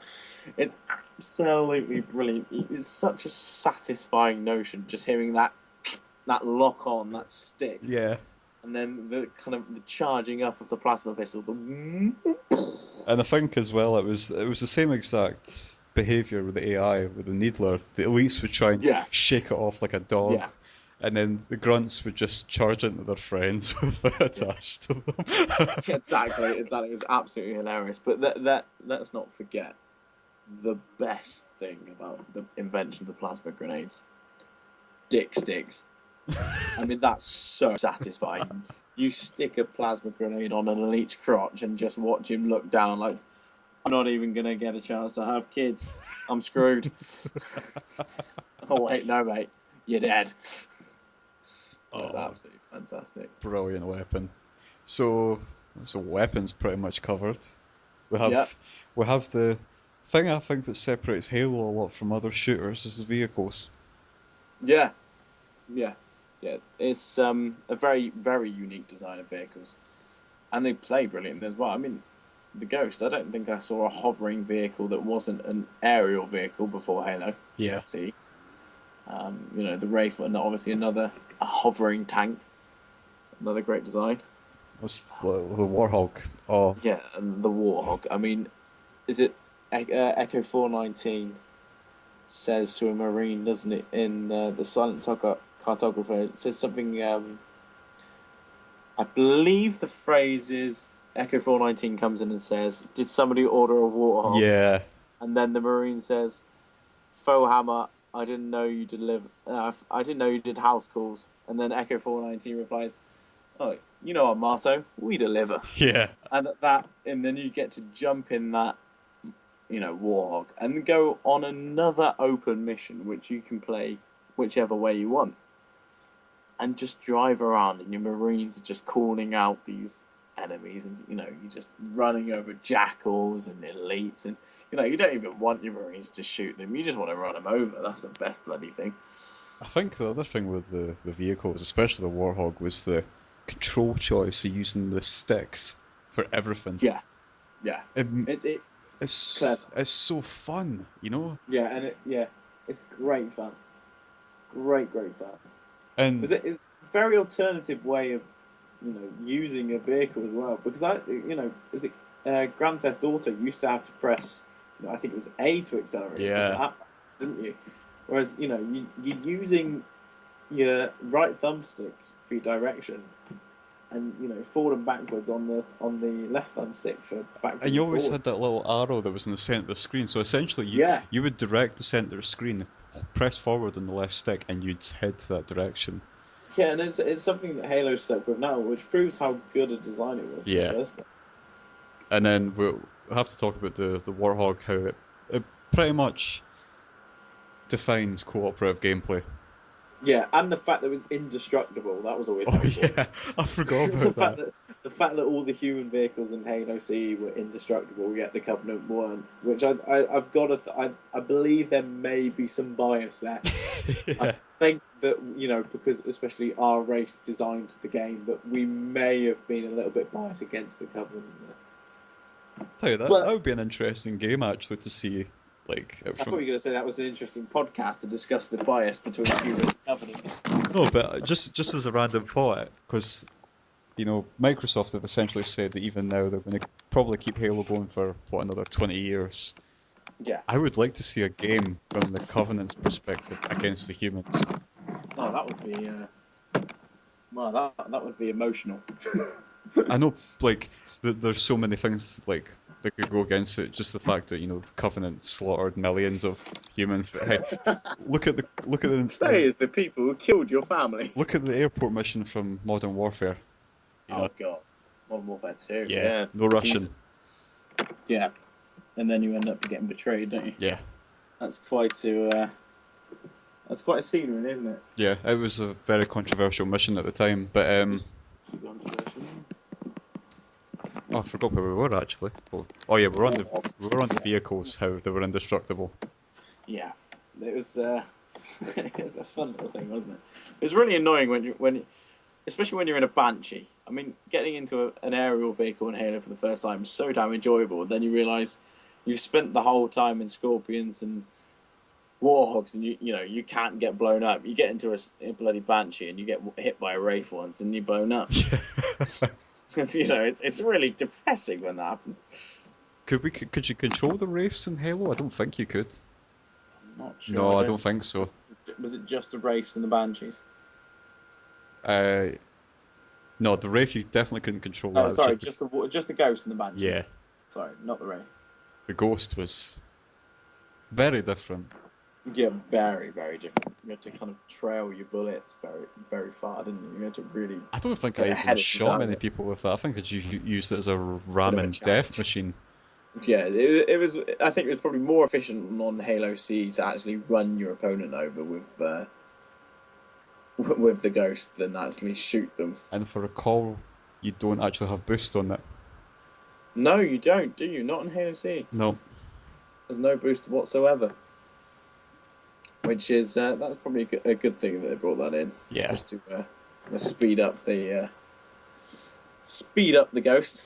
But it was a clever kind of design in the first place, like we said earlier, just to have a hovering ground vehicle. Yeah. It's a strange concept, really, a hovering ground vehicle. And I think as well it helped in the design aspect. It made the vehicles from the Covenant side seem that much more alien. Yeah. Especially in the design. The design was very like there was a constant use of curves, whereas the human side of things it was always very like industrial. The way Yeah, the very appearance much. was designed. Yeah, it was designed very much to be realistic in a sense. The vehicles, Yeah. in the human point of view, anyway. Obviously, not the Covenant, but a Warhog. They made one for the series. Was it Forward Unto Dawn to promote Halo 4, didn't they? Yeah. They actually made a functioning Warhog that had a functioning turret and everything. and it worked. You know, it's an incredible design. You know, it doesn't look when you see it in Halo One, it doesn't look conventional. It doesn't look modern day. It looks incredibly futuristic. But the fact they've actually built one kind of shows and proves that it's more realistic than you think it is. Yeah, I think in general, human technology, we'll be dead by the time that Halo's supposed timeline comes around. But Yes, that's only another 550 years. yeah, But, everyone who listens to this will be dead. No offense, but yeah, you're all fucked. yeah, it's something we'll have to face. We're all gonna die. But The Chinese are coming. it's like back in the 80s when they did sci-fi and they imagined, what was it? It was Blade Runner, I believe. That was. I've still not seen it, by the way. No, I haven't either, but I remember the hype about it And I know that from that's set. later on. It's meant to be set like right around now, I believe. And Yeah, it is. back then, we all thought that we were going to be like traveling to space and everything. Yeah, Now, whereas I think with Halo, it's much more accurate. It's going to be at least another 150, 200 years before we even yeah. get to that point. Before proper space travel is going to be like that. Yeah. Yeah. I mean, they're looking at making a manned mission to Mars for 2030, but that's nothing like what you see in Halo. There's going to be some experimental space shuttle that takes 3 years to get to its destination or whatever it is. Yeah. I don't think it's quite that long, but Halo space travel is based around cryostasis, and they've actually developed a version of that where I think they inject you with a fluid that slows down your metabolism and effectively freezes you. I don't think it actually does, and then there's another anti-serum to wake you back up again. Obviously, that helps with oxygen supply and rations and stuff like that to get you to Mars. But it's still going to take a long time. We're nowhere near the technology that kind of things back in the 80s and stuff predicted that we were going to be. I think that's one thing that's always confused me about Halo and like with the sci-fi sense in general is that you have cryostasis in these games, but then you also have faster than light travel. It's like Yeah. it's like at the very start of Halo One, the Pillar of Autumn's escaping for Reach, and they made a blind jump, which is not essentially they made a blind journey. They made a jump. Yeah. So Yeah. you're wondering what the need is a for teleport, effectively. Yeah. yeah, you're wondering what the need is for cryostasis in situations like that. Yeah. It's a strange choice, isn't it? But I think they kind of sum it up at the end of Halo Wars, where they have to use their core to detonate the planet, and obviously then they have no slip space drive, and then they're literally just using their main engines, not the slip space drive to get to their destination, which Yeah. obviously then takes a hell of a long time. Because they're not traveling faster than light. They're traveling at I'm not going to guess the speed of a UNSC warship, but you get my point. Yeah. That's where cryostasis kind of comes in. But like you said, when you've got a slip space drive, why do you need cryostasis? I think essentially it's probably just an emergency sort of thing, like you said, when it fails. Yeah, exactly. It's almost like a fail-safe, isn't it? Yeah. I mean, you can't explore every room in the Pillar of Autumn, but when you're looking around the cryo deck chamber, there's not that many pods. No, there isn't. There isn't. In Halo 3 and Halo Wars, you see in the cutscenes that there is a few. Yeah. Chief gets into one at the end of Halo 3. I can't remember what the Doctor is in Anders or something like that in Halo Wars. Captain Cutter puts her in one. There's a few there, but it kind of sums up that they're not that widely available in a sense, does it? It almost makes it seem like it's only for the higher ups to protect the higher ups from long distance space travel. Yeah, and I think as well is that cryostasis is. I don't think if we ever do go that way for space travel, there's so many risks involved with it. Oh yeah, You're essentially but, reanimating a corpse. yeah. I think that's a big thing of what people don't seem to really think about when it's space travel as well is because space is full of radiation, and that's one of the things that I've read a few NASA documents recently that they're very, very worried about long distance space travel due to the fact of radiation exposure. Yeah. I mean, look at what happened to Madame Curie when she found radiation. She died an extremely painful death from, radiation poisoning. Yeah. There's a huge amount of radiation in space, and there's no protection from it. Us traveling anywhere near like people did in Halo is, like we say, you are probably looking at the Halo timeline of another 150, 200 years before it becomes normal. Yeah. You know. I mean, it's the way I think about it is when we actually get to that point, it's like going to be driving a car. Back Yeah, back at it's back in the it's old going to be days so when normal. Yeah. yeah, you're going to have absolute idiots doing it. Get on your side of space, bitch. You could just imagine some space pilot sitting there with an artificial corn in his mouth, just fucking dicing this thing around space with a bottle Some of space taxi with driver. a bottle of Jack Daniels. Like God, if Jack Daniels lasts until then, but you're gonna get folk pulled over in the middle of space on the orbit above Earth, just like drink flying. I just want to clarify to all of our listeners that JD will never die, and I mean Jack Daniels and the character from Scrubs. Oh, for God's sake! He will live on in our memories. I love you, Zach Braff. So I think the last thing we really need to talk about for Halo is probably the music. Oh yes, I mean that iconic theme tune. Yeah. It's absolutely incredible. You know, when they, like I said earlier, when you're on the mission Halo and you come out of that kind of underground network of tunnels, and that music kicks in. It's such an adrenaline surging piece of Yeah, music. Yeah, it's iconic. It's like the Star Wars music made by John Williams. For me, it's that kind of level. I get the same kind of spine chills that I do from, you know, dun dun dun dun dun dun. I literally do it. From the Imperial March to the Halo theme tune, I get the same kind of feeling of intense enjoyment and kind of epicness of that music. It's really, really impressive. It's really, really impressive. I think, yeah. I mean, Mario O'Donnell needs to be credited as probably making the best game soundtrack I've heard. Yeah. It's, I, I mean, I don't listen to many soundtracks apart from a couple of movies, but you could listen to that all the way through. Yeah.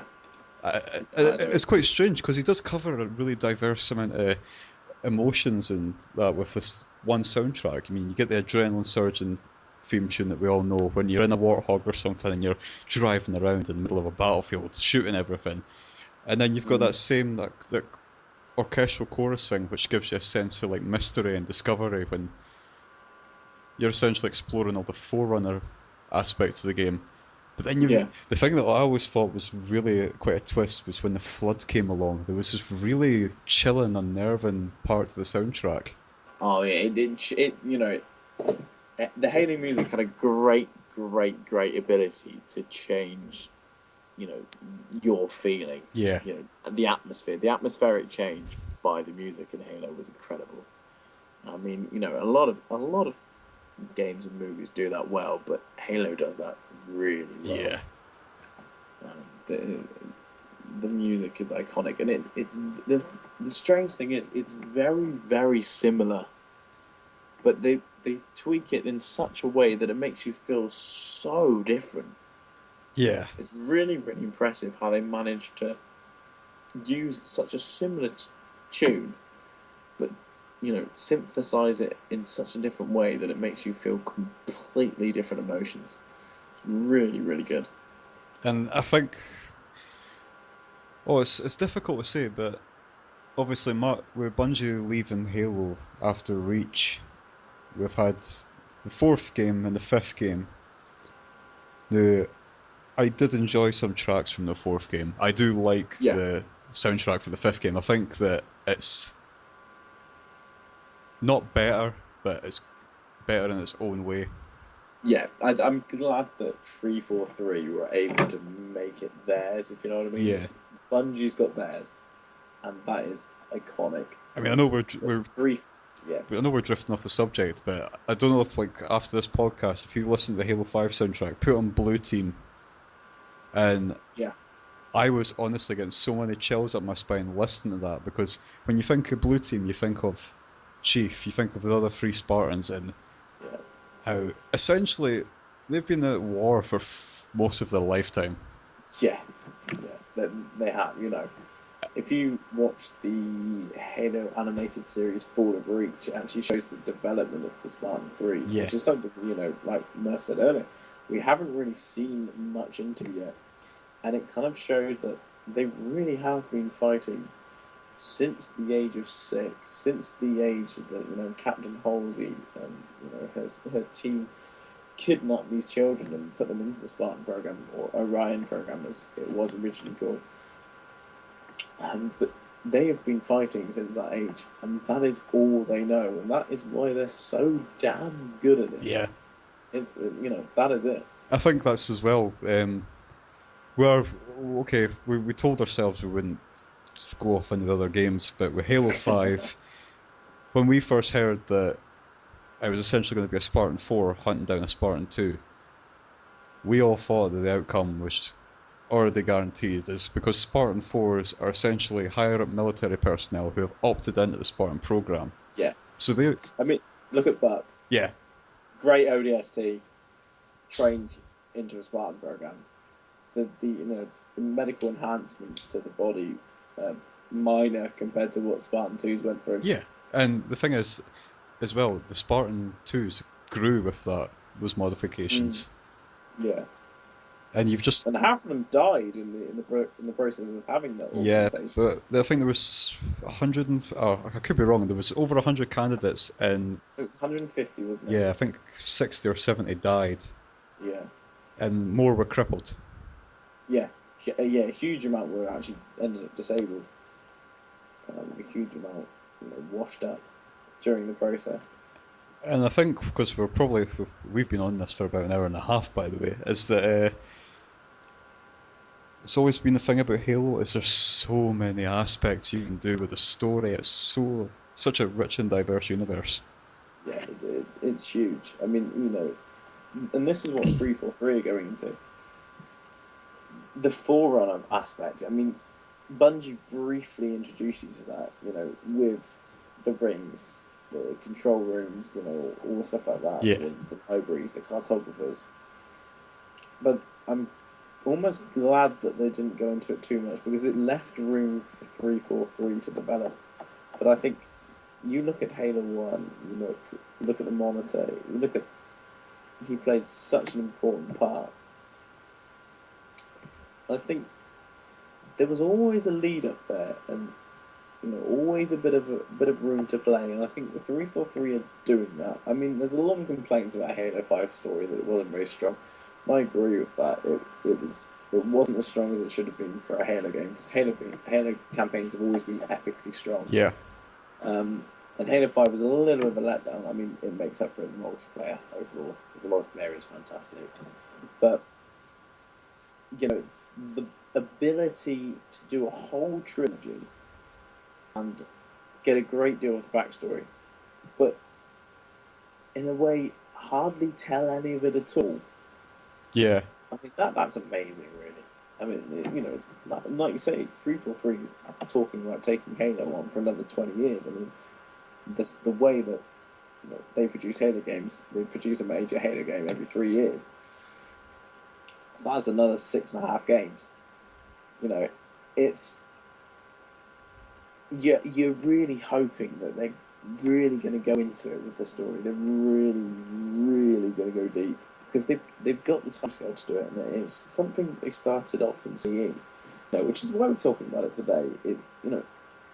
It was an incredible game in its own right, but it kick-started one of the best Xbox games we have and will ever see.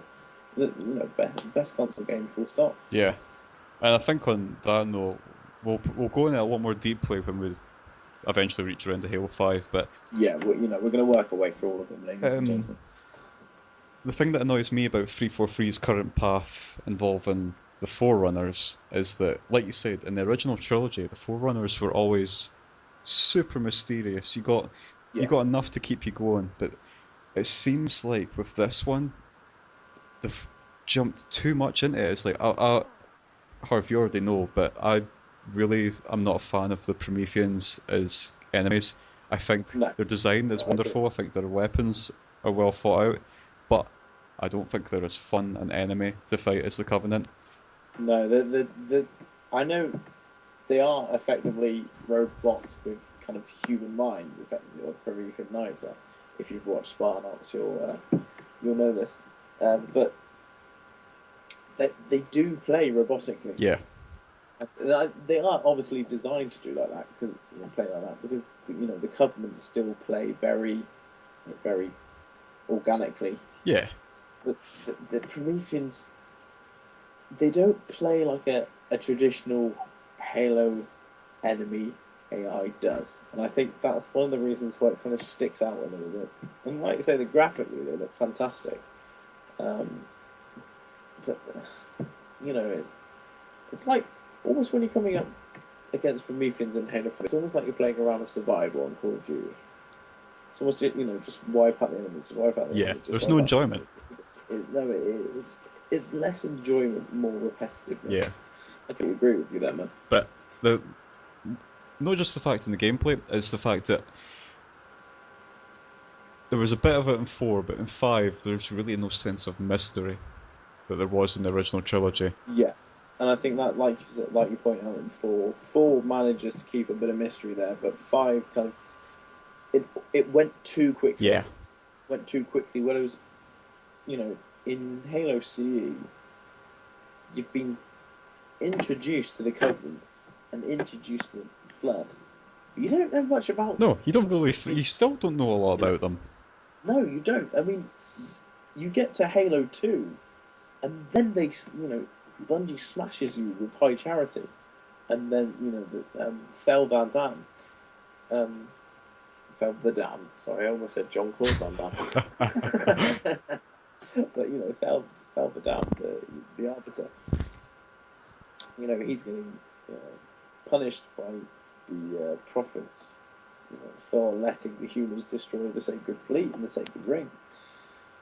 And then you get introduced to this massive kind of backstory Covenant wise, but it doesn't tell you everything still. No, Whereas Halo 5, it it tells you a huge amount about the Forerunners, and then it puts Cortana in charge of the Forerunners.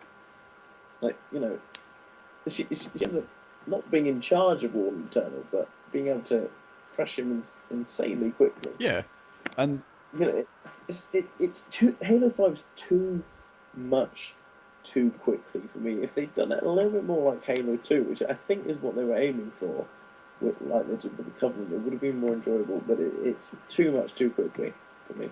and I was saying this to a couple of my other friends when we were talking about uh, the new trilogy of Alien movies that are meant to be coming out that are after Prometheus. Is that back when Alien first came out and you saw the space jockey and the derelict ship, it Yeah, showed you it and never told you yeah, about it. It left everything to your own it's imagination. huge mystery. Yeah, And yeah, it's a great cliffhanger. with Prometheus and probably what's going to be happening with Alien Covenant when it comes out is that, oh look, by the way, these mysterious aliens that you know nothing about are just giant albino humanoids that have apparently created us because they have the exact same DNA strands that we do.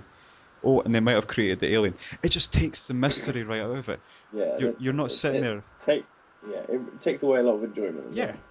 and I think that's one of the best things that's always been about the Halo games and any great story is that it always leaves you thinking.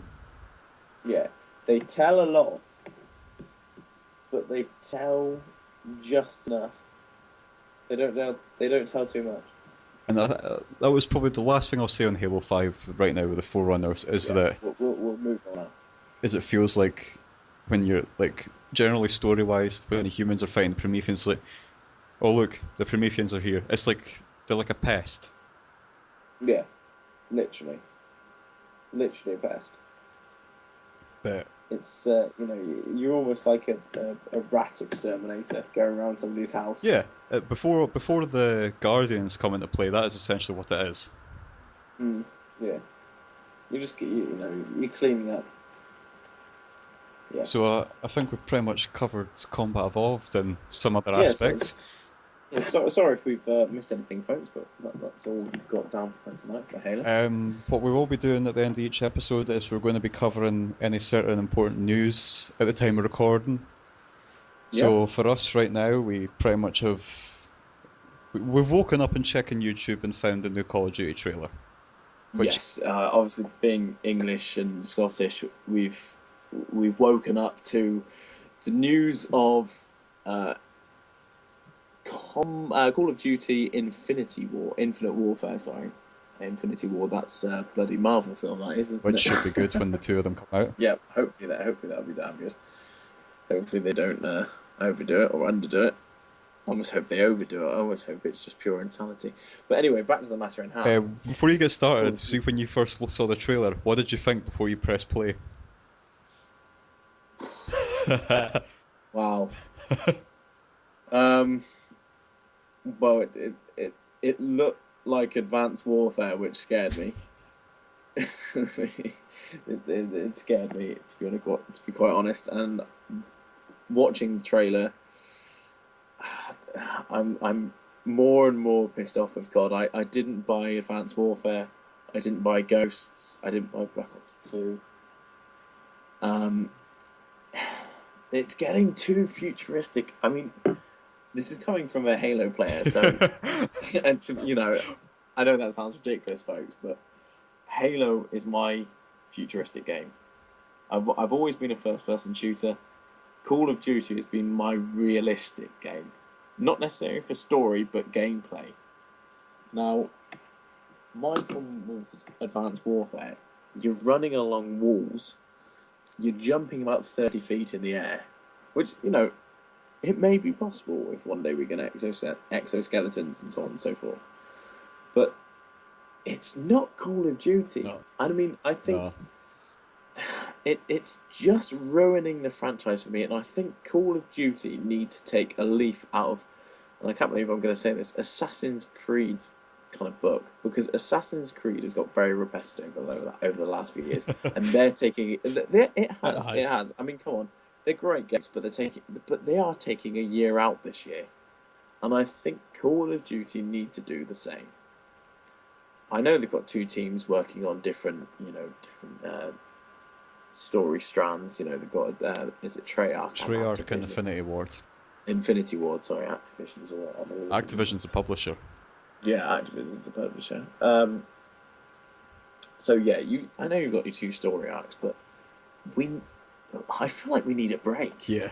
I mean, Call of Duty, it's too repetitive for me now, and I think they're going the wrong direction. I think there's so many more stories that they can tell in the past, which they're good at. They're very good at telling historical war stories and stuff like that. I mean, you look at World of War, you're a Russian private stood on the Third Reich, pulling down the swastika and sticking up the Soviet flag. I mean, that was a part of history. But I mean, Murph, you and I talked about this earlier. We're seeing spaceships in Call of Duty. I mean, what is this? Yeah, I'll go on that point when I first saw the trailer, because I was literally on YouTube looking at movie trailers and I saw it and I thought, first thing that came in my head is like, oh god, here we go again. Yeah, And completely agree.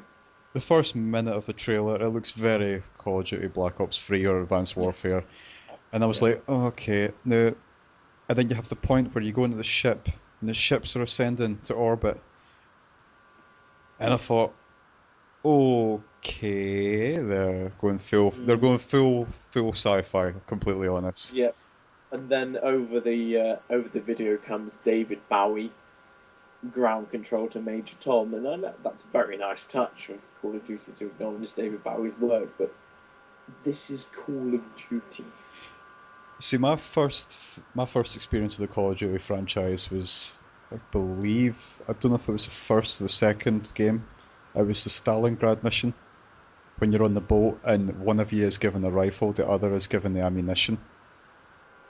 Yes, It's like, yes, it's like yes. if one of you die, if you with the ammunition die, your comrade can pick up the ammunition.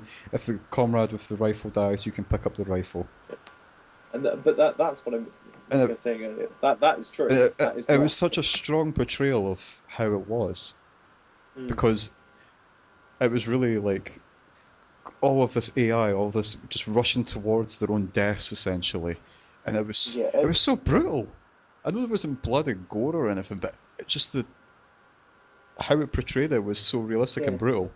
The emotional reality of that situation. I mean, Murph's absolutely spot on here because that was generally what happened in real life. If anyone has seen the film, I believe it's Enemy at the Gates, Great where movie. Jude Law's a sniper. Great movie. Absolutely fantastic movie. But the Russians send a huge amount of troops over the river in a boat, don't they? And Yeah. when they get off the boat, they are given a rifle, and their partner, is given two clips. Only two clips. A rifle clip back then of what the Russians used to use. That's a small clip. That's about 10 rounds. Yeah. So you've got 20 rounds, and they go up against uh, German panzers. They go up against MG-42 machine guns. They go up against several platoons of German soldiers, all well entrenched, all well defended, and they go up again with rifles and a couple of clips. I mean, they're not going to do anything.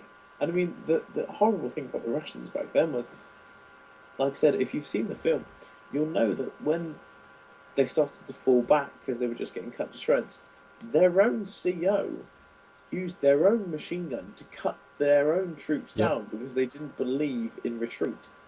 If you were retreating, you were a deserter. There was no such thing as retreat in the Russian army. You got shot by your own commanding officer. And like Murph said, Call of Duty used to be able to portray those emotions, those epic emotions. I think that's something. I'm not even going to say they're losing. I think they've lost it. I really think they've lost it. I mean, I think if we move on slightly, the one thing that might save this game, I think it's only going to save it because I think you have to buy Infinite Warfare to get the Modern Warfare 4 remake.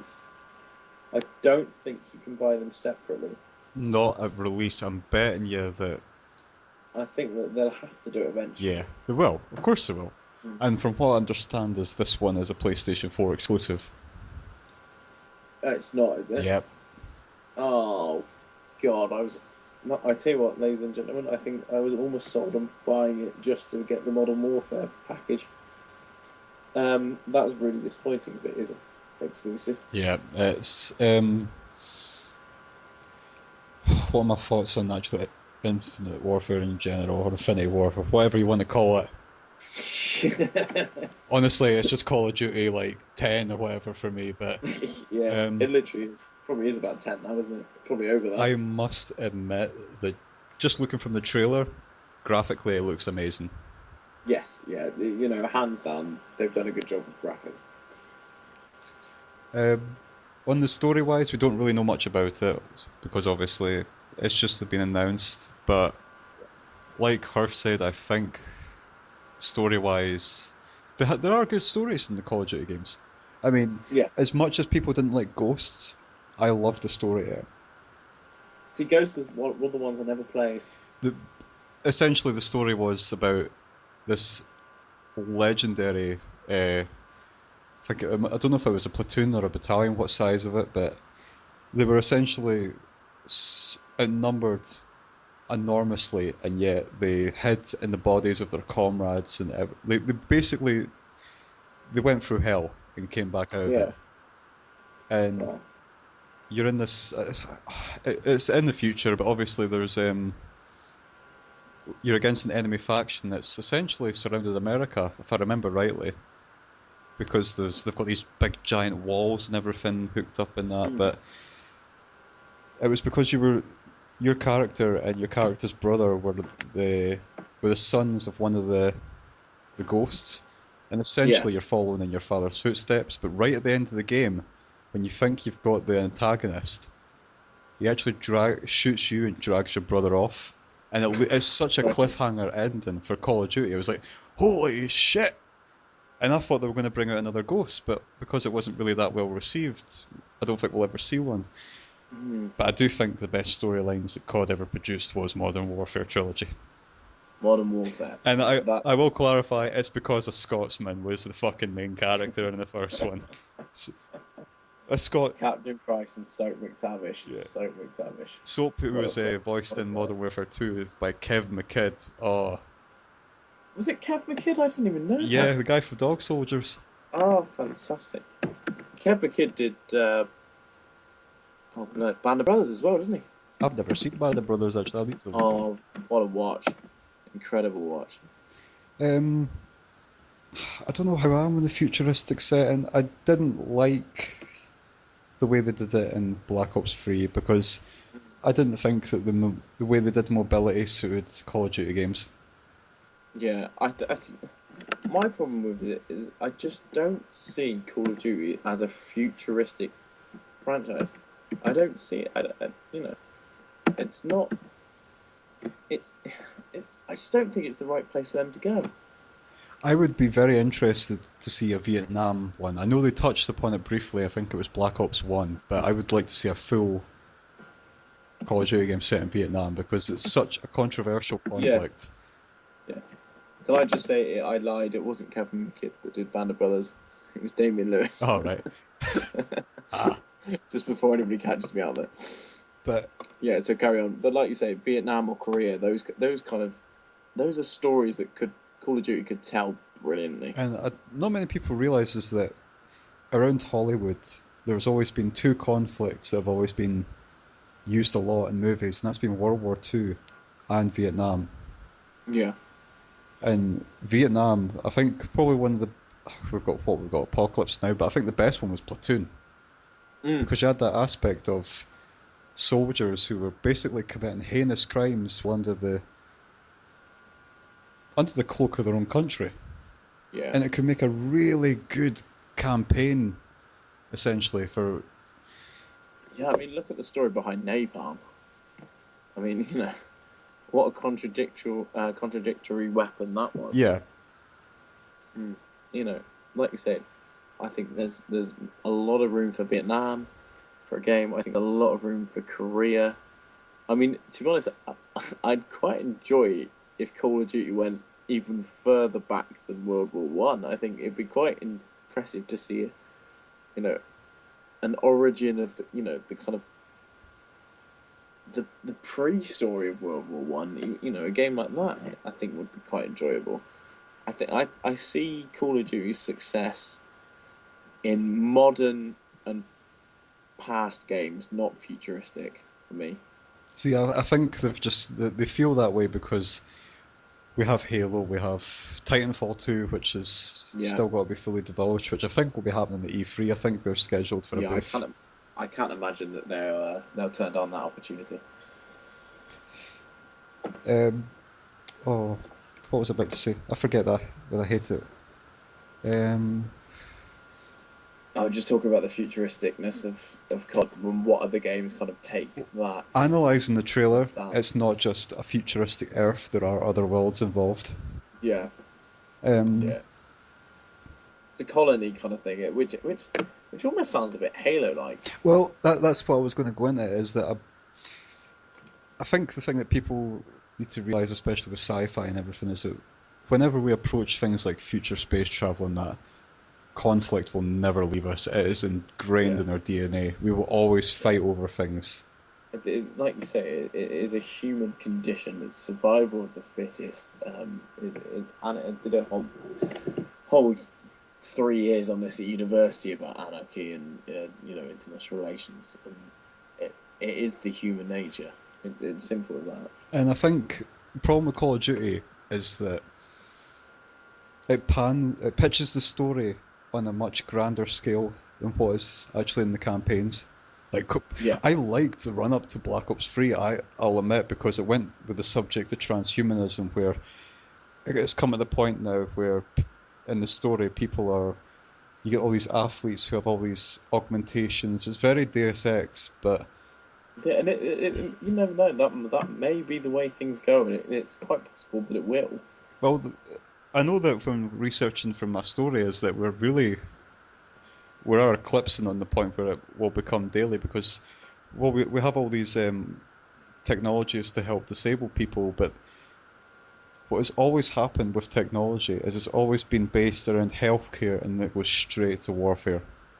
Yeah, yeah. The mad thing is that arms sales and stuff like that fund so much of modern day, society. Yeah, It's amazing, absolutely amazing. it's like how can we like right now they're researching technology which can essentially make disabled people like crippled people walk again.